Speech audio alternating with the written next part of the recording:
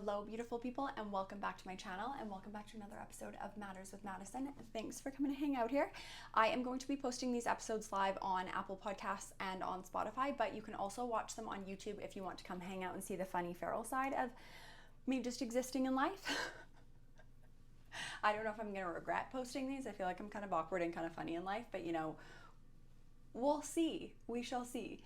Today we are going to be chatting about mindset again. You guys know this, and I'm going to be chatting with you guys a little bit more about resilience and confidence, because confidence is such an important key for us to be able to get through anything in life. So whether that's your health goal, a career goal, buying a home, asking that person that you're really interested in out on a date, no matter what it is, having confidence is so important. And I think in our society, we really live in a world where people don't know how to build true confidence. There are so many things that we encourage people to do that will inflate your ego.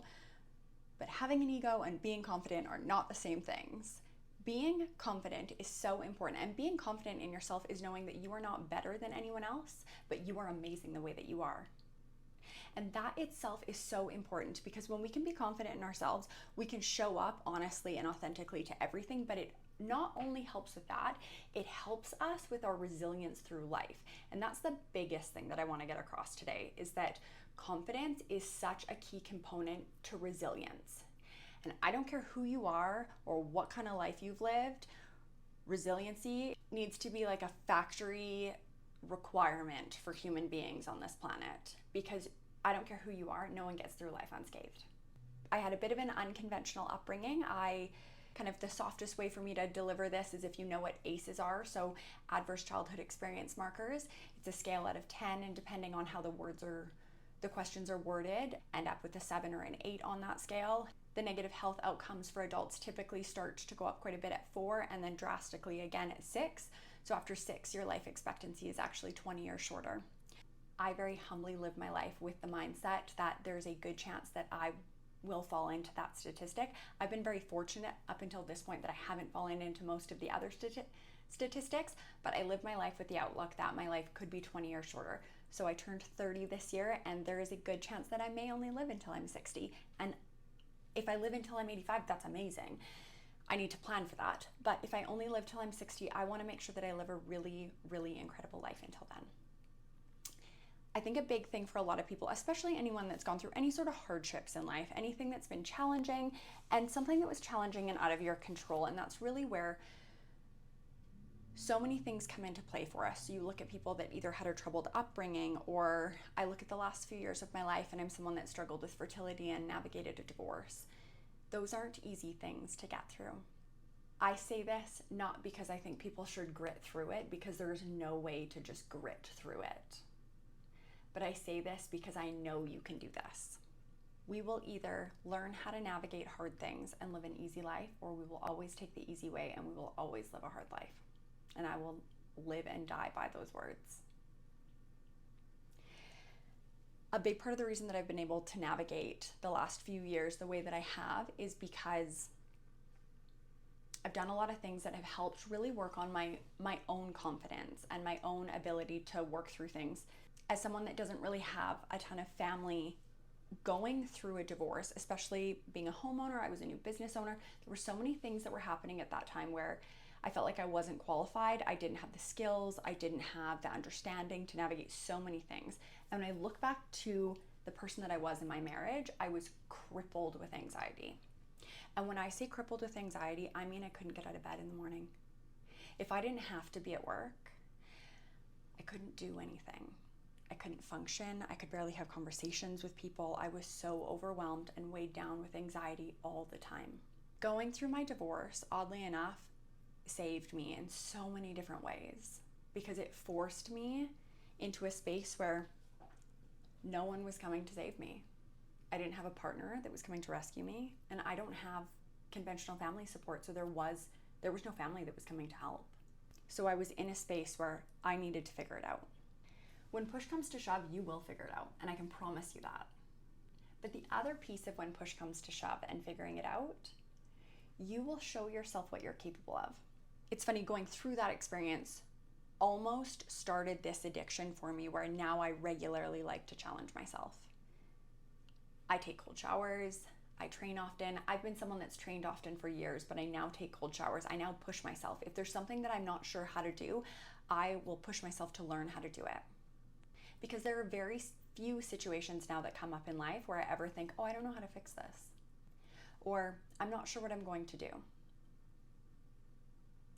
Because anxiety stems from us being unsure of how we're going to do something and feeling like we're unable to solve the problem ourselves.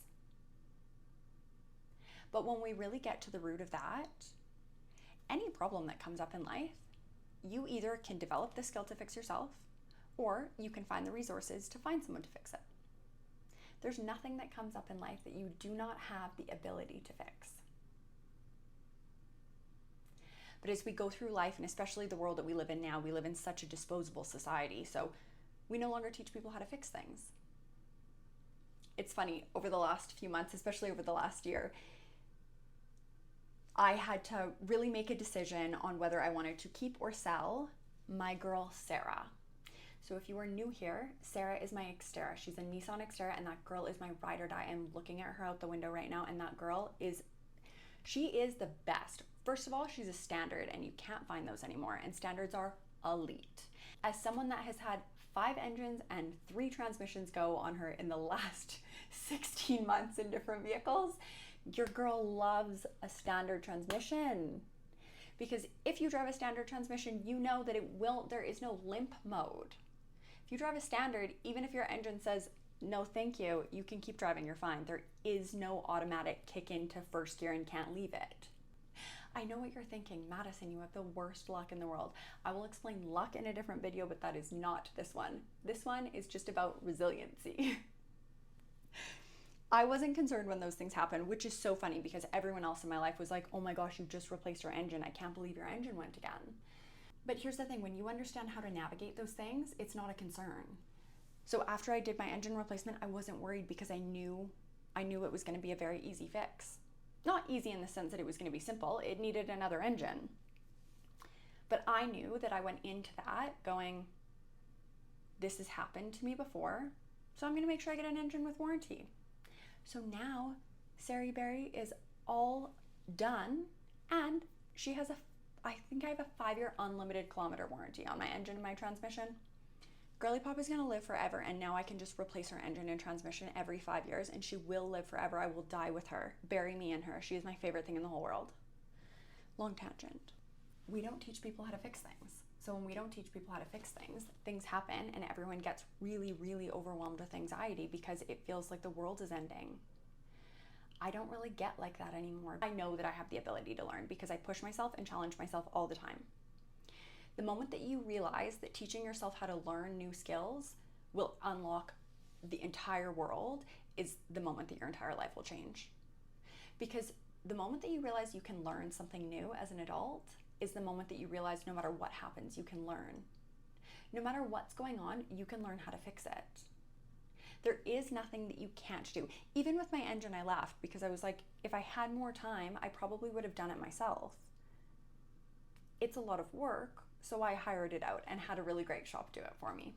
But there is nothing that you can't do.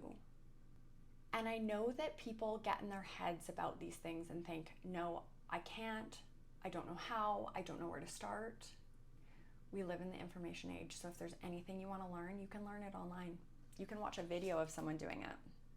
Gosh, people always ask me how I learn how to do things in my house, and I just go on YouTube and I type in exactly what I'm doing, and I can usually pull up a video of someone that says, starting to do this project, go get these 8 tools, and here is the exact 10-step process of exactly how to complete this.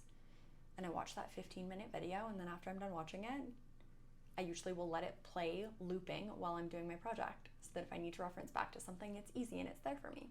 Confidence comes from doing things that we didn't think we were able to do and proving to ourselves that we were capable of doing them. So that comes from setting a workout goal and saying you're going to go to the gym 3 times in a week and going 3 times. It's not actually from the result of what you look like. Confidence grows in the season of putting in the work to get the result. Ego comes at the results. Ego comes from thinking that because of what you look like, say if you're in really good shape, that you're better than someone else. You're not. We're all equal out here. But true confidence comes in saying, I have a goal and I know it's going to be hard and I'm going to put in the work to do it. Because confidence comes from proving to yourself that you're capable. Confidence comes from proving to yourself that you're capable of doing the hard work to get that. Whatever that goal is, whatever that skill is, or whatever that piece that you're working on is, confidence comes in the season of getting there, not at the destination. We grow confidence in the season of getting there, which is why it's really important actually when we're setting goals to set goals with good intentions. I have this conversation with clients often. So if we're setting goals and we're going, I want to be, I'm using arbitrary numbers. I want to be 150 pounds in 6 weeks. That's not a great goal. And it's not that weight goals aren't good goals. It's just weight goals really don't give us anything to measure off of. Whereas if we set a strength goal, we set a consistency goal, we set a lifestyle goal, it gives us something else to measure off of, because nothing really changes if you step on the scale and it says a different number. We want you to feel better. We want your clothes to fit better. We want you to be stronger. We want you to have more energy. We want all of those things. We assume that all of those things come with a lower number, but that's not actually true. Because you could have gotten to that number by working out, by eating well, by drinking your water, getting good rest, all of those pieces. But you could have also gotten that number by really restricting your food intake for a couple weeks and crash dieting down there. And then when you get to the number, you're actually depleted and exhausted, and you don't feel good, and you're cranky and you're irritable, and life is not better. Our intentions matter, because if you do it with the intentions of being stronger, having more energy, feeling better to get to your goal, you grow confidence in that. If you go into it with the intention of just completing it and you crash diet your way there, you grow insecurity in the process. Because you're not proving to yourself that you're capable of anything other than doing something that's not sustainable. So you're hard on yourself, you deplete yourself, and then you get to a space where you go, I can't stay here. But if we do it in a sustainable way and we have good intentions, we grow confidence on the way. I know it sounds funny, but our intentions going into any goal really matter, because if we go into something with good intentions and a good mindset, when we get there, we're so proud of what we've done, and that grows our confidence, not our ego. The issue when we do these things as well and we have the end result of ego in that, and with weight loss specifically, you get to that number, but if you do it in an unsustainable way, it typically doesn't stay. So then when our ego flares because we can't stay there, our insecurity drives through the roof. You are capable of doing hard things. You are 100% capable of doing hard things, but it's important that we learn how to do hard things and that we don't take the easy way. Because crash dieting for a couple weeks might sound easier, but it's not easier in the long run. Because we build insecurity, we don't build confidence. But when we look at it, and this is just an example, when we look at it as building new healthy habits and working out 3 times a week, we prove to ourselves that we're capable of doing hard things for long periods of time. Especially when it comes to health and wellness, because there is no end goal. Unfortunately, we get one body and we need to last it a lifetime. It's not like Sarah's engine. I can't just go there's no warranty program. I can't just go in, get a quick change. There is no warranty for our bodies. Like, we have to take care of them. So it's important that we do things that fuel us, that make us feel good. And those things also really help build our confidence in the process. Thanks for coming to today's episode, and thanks for coming to hang out with me. If you have any questions on today's little chitty chat, I don't know why I'm dancing now in my kitchen. If you have any questions on today's episode, just pop them down below in the comment section and I will be happy to answer any questions that you have. I hope that you have the most amazing day, and I just want to remind you that you are capable of doing anything and everything that you want in this life. You are capable of doing hard things, and you deserve to be genuinely confident in life. So I hope that you have the most incredible day. I hope that you crush your workouts. I hope that you have the most amazing day and the most amazing week, and that is all, friends.